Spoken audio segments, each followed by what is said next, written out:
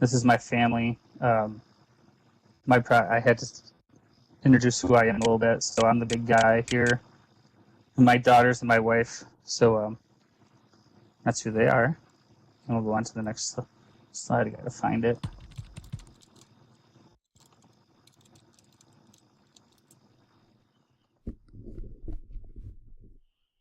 I'm gonna fly so I can see this. So I work at Grant Middle School, which is in the city of Syracuse. Okay, here's the slide. I am the 7th grade science teacher. Our school is the biggest middle school in the district. We have a straight 7 team, which means I teach all 7th grade students. There's a straight 8th grade team, which teaches all 8th grade. And then there's what's called a split team. The split team gets 2 sections of 7th grade and 3 sections of 8th grade. So they have both contents that they have to teach throughout the day. My 5 sections of 7th grade are split up between a wide range of abilities. I have an advanced group. This past group I just had, I had some of the smartest kids I've ever taught. They made the class interesting. I had an AIS group, which is on the lower end, and then I had an ENL class, which is English Language Learners. It used to be called ESL, but now we've changed it to ENL. I think it's called English New Language or something like that now. And that is kids who have passed the NISLAT test and they are not self-contained anymore. School breaks down culturally to about 40% African American, 35% Caucasian, and 20% Asian American predominantly. Grant is on the north side of Syracuse. It has the highest refugee population in the district, and we're obviously pretty poor district. We have everybody on free lunch, and I teach about 30 students per class. So Grant is moving to what's called PBL, which is Personalized Blended Learning. And I gotta find a slide. Here it is. Personalized Blended Learning is broken down into 3 stations. You can have more stations, but it's pretty much broken down into 3 stations. You have one group where you work face-to-face with the students. You have another group who's doing some sort of technology, and that's where my presentation is going to come in here. And you have another group doing some sort of data work where you can collect data from what they're doing. PBL is data-driven in nature. Everything that you do, you have to collect the data on, and it drives your instruction for the next day. This works really well. It helps you pinpoint student needs. Some of the other advantages of this stuff is that you get more face-to-face time with the students. Instead of standing up talking to all 30 students, I can take 10 aside. We can talk while 10 others are working on an iPad and 10 others might be doing some sort of close read or something. So, sorry about that. PBL is research-based. So some of the challenges that we have.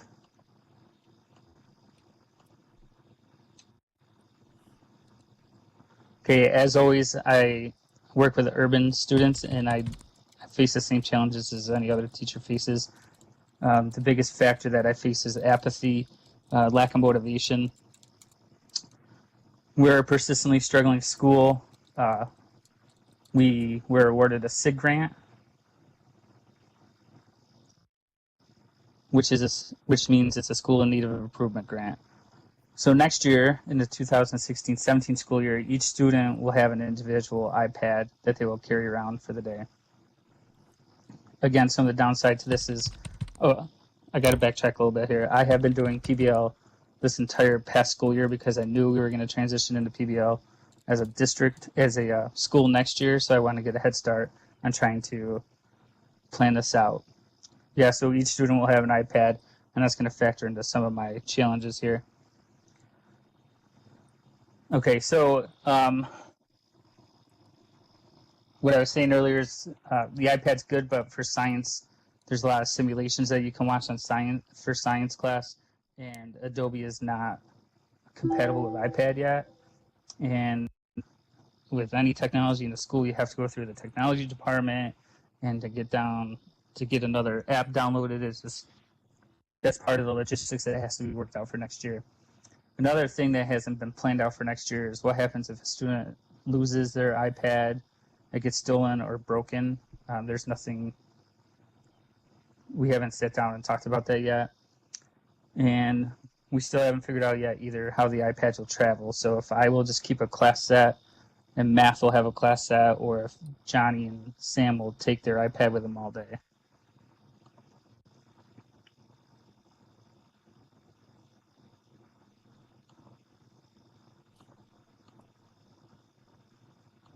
I think I have one more slide.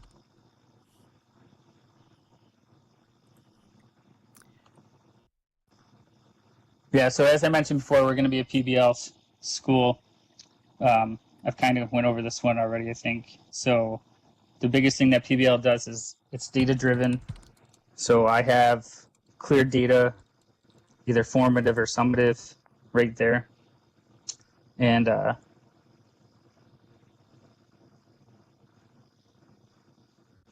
sorry, I lost my train. I thought I was reading everybody's comments. So it's formative. I get feedback. There's some really cool apps. Actually, the last 2 days of school, we had professional development on these apps. And it's just amazing where the technology is going to, and everything is stored there for you. The data is collected, and it spits it right back out for you. So if I have 3 or 4 students that I know are struggling, I can put them back in my group with face-to-face and cover what they need, or I can get them on an app that will help them out. So this is my last slide. This just talks a little bit about me again. I want to be a leader in technology as a science teacher. Technology is going to be big with these students, especially with the next generation science standards coming out. So I've been teaching for 11 years, and I've been teaching with the NGS for the past 2 years, and the PBL and the NGSS were like made for each other. So that's all. If anybody has any questions. Oh, I forgot I was flying. I think they're all good at figuring, even if you're flying, they can ask you a question. And we're concluding with a live classroom teacher who's soon going to have iPads. And his classroom, which he says will have pluses and minuses until you get used to it. But this was a school in need of improvement. And so you see they're going to be looking at getting more assessment data on a lot of different areas of what's going on in the class. So any questions for Brian?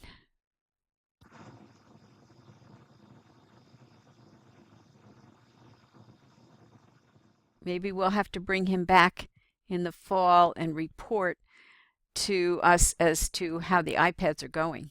I'd like to hear how that project's going. Well, listen, I want to thank all of you. I know it's getting late and you've stayed overtime.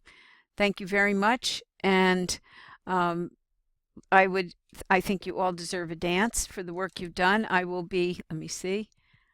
I have some students who used to bring music, which are, well, I'll tell you what dance was that. I have to do a more interesting dance, but I want to thank you all for coming, and I hopefully was able to tape these. I'm doing a bunch of things, so they weren't brilliant tapes, but I hope to have preserved what you said. I'll be following up in the course. There is a self-evaluation I've asked you to do. I'll be going over your basic submissions, and I'll make sure that everybody knows how to get in touch with each other. Keep on going. You can stay and dance. I have to get over to doing a couple of defenses tomorrow, including Brian's. So I have to go and get some work done, but feel free to stay, come back. This is your area. And if you notice, I put your slides, except for Brian's, which just has a different purpose, are set up all around the area so people can come back and see them. But thank you. I have to jet out, but feel free to stay, and please do come back. And thank you all very much, and have a good evening.